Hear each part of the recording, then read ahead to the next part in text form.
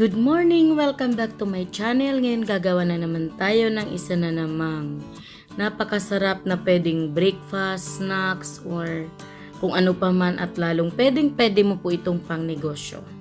So bago po tayo mag-start, kung di ka pa po nakasubscribe, click mo po ang subscribe at ang notification bell para palagi ka pong updated. Ito po yung mga ingredients natin: 1/3 cup melted margarine, 2 large eggs, 1/2 cup cocoa powder, 3/4 cup sugar, 1 cup all-purpose flour, 2 teaspoon baking powder, 1 teaspoon vanilla, isang sachet ng 33 grams na powder milk, at 1/4 teaspoon na salt. At syempre yung 1/2 cup na powder sugar. Kailangan natin yun mamaya. So, mag-start na tayo. Yan. Ang pinakauna ko pong inilagay ay yung egg. Ala, nakikita pala yung image ko dyan sa aking mixing bowl. So, yan. Whisk lang natin yung 2 piraso ng egg.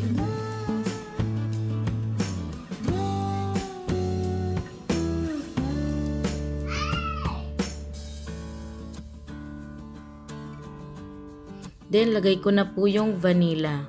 1 teaspoon lang yung vanilla na nilagay ko dyan. Yung salt, ilagay na rin. At yung sugar na 3/4 cup. So, sa sugar po, pwede ka mag-adjust. Depende sa'yo. Pwedeng kalahati lang na cup or pwedeng more. Then, nilagay ko na po yung melted margarine.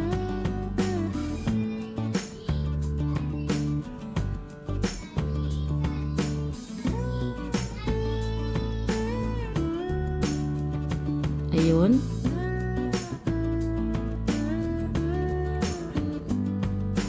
Nagpalit lang pa ako ng whisk kasi mabigat yung isa. Mas madaling gamitin itong silicone. Then ilalagay ko na po yung cocoa powder. Ayan. Kalahating cup lang yung cocoa powder natin. At i-whisk ko lang po maigi para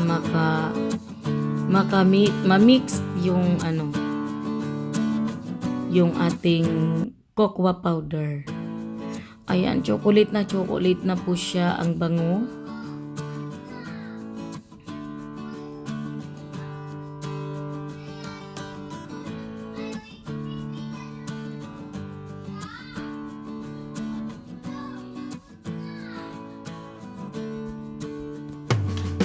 Ayun, kailangan mahalo po nating maigi yung chocolate natin para masarap.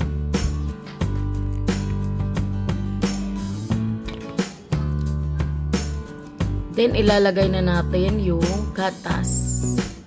So, ito pong gatas, optional lang po ito. Pwede ka namang walang ilagay na gatas dyan. Pero, naglalagay po ako ng gatas para meron siyang additional na sarap. Diba? So, mas masarap kapag merong gatas. Yan. Then, dahan-dahan ko na pong ilalagay yung all-purpose flour. So, 1 cup lang muna yan. Mamaya tayo mag-a-adjust kung hindi pa siya kayang kung hindi pa siya kayang bilugin.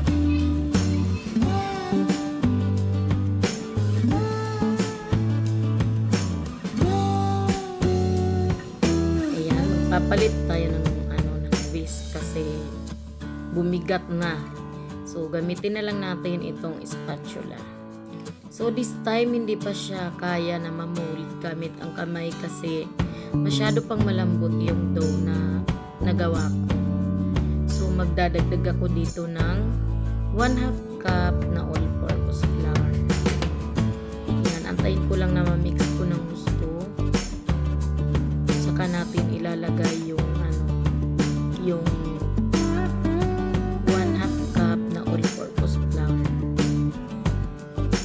Hindi ko po yun isinulat doon sa ingredients kasi adjustment lang yun yung 1/2 na cup na flour. So, adjustment lang po yan kaya hindi ko siya inilagay doon kasi masyadong basa. So, hindi ko siya mabibilog-bilog. So, nagdagdag ako. Minsan kasi ganun, yung nabibili nating yung nabibili nating flour, mahina siyang umabsorb ng tubig, ng liquid. Kaya parang, nagiging siya. Anong tawag doon? Nagiging mas basa. So, nag-add po ako ng flour dyan na 1/2 cup. Wala po yan doon sa listahan.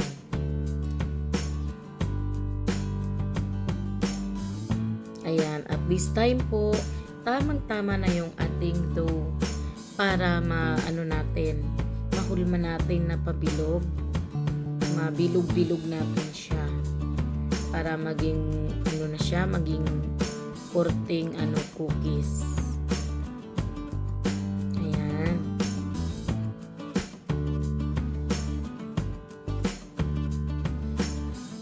Minamasa ko pa ng konti bago tayo mag-start para masigurado tayo na lahat talaga ng ng ingredients na pinaghalo-halo natin ay well combined na. At wala na dyan buo-buo. Ayan, ang ganda na ng ating dough. At pwede na tayong mag-start na gumawa ng mga crinkles natin. Okay, at gamit po yung 1 tablespoon para meron akong guide, pero hindi naman to masyadong saktong pare-pareho, pero para lang meron akong guide, gamit ko po ay 1 tablespoon. Tapos ganyan lang, bilog-bilogin lang. Hindi pala nakita sa video yung kamay ko. Pasensya na po kayo, pero yan, bibilog-bilogin lang natin ang kamay natin. Tapos igugulong natin doon sa powder sugar. Tapos pwede nang ilagay sa baking tray. Ayan, at uulit-ulitin lang natin yung procedure na yan hanggat sa maubos natin yung ginawa nating dough.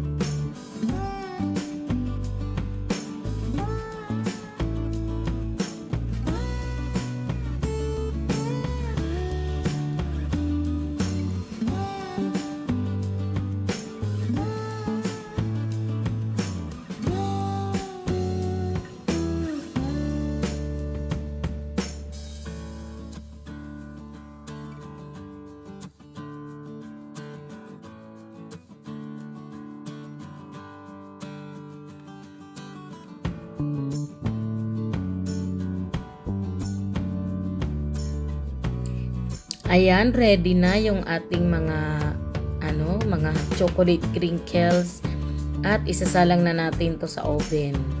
So 180 po yung init ng oven ko at lulutuin ko po ito ng 10 to 12 minutes. So saktong-sakto na po yan. So ito pong ito pong crinkles na nagawa natin ay napakasarap po. Sana matry nyo din po ito. So after 10 minutes, ganyan ang itsura niya sa loob ng oven. Pinipicturean ko lang siya mula dito sa labas. Ayan. At ngayon po ready na yung ating chocolate crinkles. Tatanggalin na natin sa oven. At medyo papa-cool down lang muna natin bago natin ilipat sa paglalagyan natin. Ayan na siya. Ayun, crinkles na yung itsura niya. Ayan. Sana po nakapagbigay na naman ako sa inyo ng idea kung paano po gumawa ng chocolate crinkles. Ito po, malapit na yung Pasko. Pwede po natin itong ipangregalo. Pwede rin po natin itong gawing business. Gagandahan mo na lang talaga yung packaging para mas maibenta mo siya ng mas mahal. So, ilalagay mo to sa magandang tub or kaya lalagyan mo ng ribbon yung tub para lang siya magiging perfect na pangregalo ngayong Pasko. So, yun lang po muna para sa araw na ito ay ipapakita ko pa pala sa inyo yung loob ng nagawa kong crinkles. Ayan, hahatiin natin. Yun. Ayan. Malambot po siya at chewy. So, yun lang po. Thank you so much for watching and don't forget to subscribe my channel. Thank you po.